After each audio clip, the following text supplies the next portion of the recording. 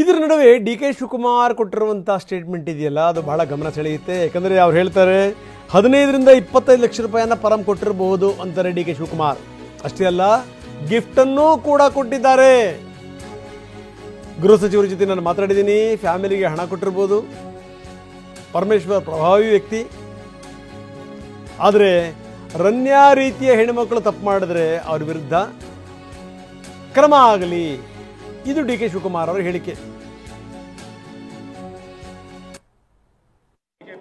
ನೋಡಪ್ಪ, ನಾನು ಪರಮೇಶ್ವರ್ ಹತ್ರ ಮಾತಾಡಿದೆ, ಬೆಳಗ್ಗೆ ಅವ್ರ ಮನೆಗೆ ಹೋಗಿದ್ದೆ ನಾನು. ಅವರು ಒಂದು 25 ಲಕ್ಷ 15 ಲಕ್ಷ ಕೊಟ್ಟಿದ್ದಾರೆ. ನಾವೆಲ್ಲ ಸಾರ್ವಜನಿಕ ಜೀವನದಲ್ಲಿ ಇದ್ದೀವಿ, ಬೇಕಾದಷ್ಟು ಜನ ಟ್ರಸ್ಟ್ಗಳು ನಡೆಸ್ತಾರೆ. ಮದುವೆ ಸಮಾರಂಭ ಮತ್ತೊಂದರಲ್ಲಿ ಗಿಫ್ಟ್ಗಳು ಕೊಟ್ಟಿರ್ಬೋದು. ಅವ್ರದ್ದು ಯಾವುದೋ ಒಂದು ಫ್ಯಾಮಿಲಿ ಮದುವೆ ಇತ್ತು, ಗಿಫ್ಟ್ಗಳು ಕೊಟ್ಟಿರ್ಬೋದು. ಅದೇನು ಅವರೇನು ಯಾರು ಇಲ್ಲಿಗೆಲ್ಲಗೆ ಸ್ಲಮ್ ಇದನ್ನ ಸ್ಮಗ್ಲಿಂಗ್ ಮಾಡುವಂತ ಪರಮೇಶ್ವರ್ ಅಂತ ಒಬ್ಬ ಪ್ರಭಾವಿ ವ್ಯಕ್ತಿ ಯಾರು ಹೇಳ್ತಾರಾ? ಯಾರು ಎನ್ಕರೇಜ್ ಮಾಡ್ತಾರಾ? ಆ ಹೆಣ್ಮಗಳು ಯಾರೋ ತಪ್ಪು ಮಾಡಿದ್ರೆ ಕಾನೂನು ಪ್ರಕಾರ ಏನ್ ಬೇಕಾದ್ರೂ ಶಿಕ್ಷೆ ಮಾಡಲಿ, ನಮ್ದೇನು ಅಭ್ಯಂತರ ಇಲ್ಲ. But as far Parameshwar is concern, is a law binding citizen, is a home minister of the country. We are proud of him. Is a big leader. 8 ವರ್ಷ ಅಧ್ಯಕ್ಷರಾಗಿ ನಮ್ಮ ರಾಜ್ಯಕ್ಕೆ ಬೇಕಾದ ಸರ್ವಿಸ್ ಮಾಡಿದ್ದಾರೆ. ನನ್ನ ಜೊತೆ 89ರಿಂದ ಮಂತ್ರಿ MLA ಆಗಿದ್ದಾರೆ, ಮಂತ್ರಿ ಆಗಿದ್ದಾರೆ. ನಾನು ನೋಡಿದ್ದೀನಿ. Is A very clean honest man. ಅವ್ರು ಏನು ಮಾಡಿಲ್ಲ. ಗಿಫ್ಟ್ ಕೊಟ್ಟಿದ್ರೆ ಯಾವ್ದಾದ್ರು ಮದುವೆ ಗಿಫ್ಟ್ ಕೊಟ್ಟಿರ್ಬೋದು ಅಷ್ಟೇ. You will answer. ನಾನು ಮೀಟ್ ಮಾಡ್ಕೊಂಡು ಬಂದಿದ್ದೀನಿ. ವಿ ಸ್ಟ್ಯಾಂಡ್ ಬೈ ಯು ಅಂತ ಹೇಳಿದ್ದೀನಿ. ಫಸ್ಟ್ ಕ್ಲಾಸ್ ಆಗಿದ್ದಾರೆ. ಈಗ ಬರ್ತಾರೆ. ಬನ್ನಿ, ದಾಳಿಯ ವಿಚಾರಕ್ಕೆ ಸಂಬಂಧಪಟ್ಟಂಗೆ ಕಾಂಗ್ರೆಸ್ ನಾಯಕರು ಮಾತಾಡಿದ್ದಾರೆ. ಯಾರ್ಯಾರು ಏನೇನು ಹೇಳಿದ್ದಾರೆ ನೋಡೋಣ.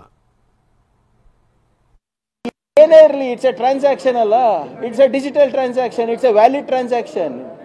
ಇಲ್ಲಿಗಲ್ ಏನಿದೆ ಬರಲಿ. ಈಗ ಬಹಳ ಸ್ಪಷ್ಟವಾಗಿ ಹೋಮ್ ಮಿನಿಸ್ಟರ್ ಅವರು ಕೂಡ ಹೇಳಿದೆ, ತನಿಖೆಗೆ ನಾವು ನಡೀತಾ ಇದೆ, ನಡೀಲಿ ಅಂತ. ಹಿಂದೇಟ್ ಹಾಕೋದೇನಿದೆ? ಈಗ ನಿಮ್ಮ ಕ್ರೆಡಿಟ್ ಕಾರ್ಡ್ ಬಿಲ್ ಕೊಡಬೇಕಾದ್ರೆ ನಾನು ಕ್ಯಾಶ್ ಕೊಟ್ಟಿದ್ದೀನ? ಇಲ್ಲ, ಇಟ್ಸ್ ಅ ವೆರಿಫೈಯಬಲ್ ಟ್ರಾನ್ಸಾಕ್ಷನ್ ತಾನೆ. ಆಗ್ಲಿ ತನಿಖೆ. ಹೂ ಸೇಯಿಂಗ್ ನೋ? ರನ್ಯಾ ರಾವ್ ಅವರು ಅವ್ರಿಗೆ ಅಲ್ವಾ, ಪರಮೇಶ್ವರ್ ಅವರ ಸಂಸ್ಥೆಯಿಂದ 40 ಲಕ್ಷ ಕೊಟ್ಟಿದ್ದಾರೆ ಅಂತ ನೀವು ಹೇಳ್ತಾ ಇದ್ದೀರ. ನನಗೆ ಗೊತ್ತಿಲ್ಲ ಅಲ್ವಾ. ರನ್ಯಾ ಇಡಿ ಅವರು ಇರಲಿ, ರನ್ಯಾ ರಾವ್ ಅವ್ರ ಕಡೆಯಿಂದ ಅವ್ರ ಸಂಸ್ಥೆಗೆ ಏನಾದರೂ ತಗೊಂಡಿದ್ರೆ ತಪ್ಪಾಗುತ್ತೆ. ಇವರು ಕೊಟ್ಟಿದ್ರೆ ಏನೋ ನನಗೆ ಗೊತ್ತಿಲ್ಲ ವಿಚಾರ. ಕೊಟ್ಟಿದ್ರೆ ಸಾಲ್ವಾಗಿ ಕೊಟ್ಟಿರ್ಬೋದು, ನನಗೆ ವಿಚಾರ ಗೊತ್ತಿಲ್ಲ. ವರ್ಗದವ್ರಿಗೆ ಅನುಕೂಲ ಆಗಲಿ, ದಲಿತರಿಗೆ ಅನುಕೂಲ ಆಗಲಿ ಅಂತ ಬೆಳೆಸಿರ್ತಕ್ಕಂಥ ಈ ಒಂದು ಸಂಸ್ಥೆಯ ಮೇಲೆ ದಾಳಿ ನಡೆದಿರೋದು ನೋಡಿದಾಗ ದಲಿತರ ಒಂದು ಸ್ವಾಭಿಮಾನಕ್ಕೆ ಧಕ್ಕೆ ಬರ್ತಕ್ಕಂಥ ಕೆಲಸವನ್ನು ನರೇಂದ್ರ ಮೋದಿ ಅವರು, ಅಮಿತ್ ಶಾ ಅವರು ಮಾಡ್ತಾ ಇದ್ದಾರೆ. ಆದ್ದರಿಂದ ನಾವು ಪಕ್ಷದಿಂದ ಮತ್ತು ವೈಯಕ್ತಿಕವಾಗಿ ಇದನ್ನು ತೀವ್ರವಾಗಿ ಖಂಡಿಸ್ತೀವಿ. ಮತ್ತು ನಿನ್ನೆ ತಾನೇ ಮಹಾರಾಷ್ಟ್ರದಲ್ಲಿ ಛಗನ್ ಭುಜ್ಬಲ್ ಅಂತ ಹೇಳಿ ಸುಮಾರು ಕೇಸ್ಗಳಲ್ಲಿ ಇದ್ದವ್ರನ್ನ ವಾಷಿಂಗ್ ಮೆಷಿನಲ್ಲಿ ಹಾಕಿ 9 ವರ್ಷಗಳ ಕಾಲ ಅವ್ರನ್ನ ಕ್ಲೀನ್ ಮಾಡಿ ನಿನ್ನೆ ಮಂತ್ರಿ ಮಾಡಿದ್ದಾರೆ. ಆ ಥರ ಪ್ರಯತ್ನಗಳು ಕರ್ನಾಟಕ ರಾಜ್ಯದಲ್ಲಿ ನಡೆಯೋದಿಲ್ಲ. ಸ್ವಾಭಿಮಾನದಿಂದ ಬದುಕಿರ್ತಕ್ಕಂಥವ್ರು ಯಾರೂ ಸಹ ಭಾರತೀಯ ಜನತಾ ಪಾರ್ಟಿ ಜೊತೆ ಹೋಗೋದಿಲ್ಲ.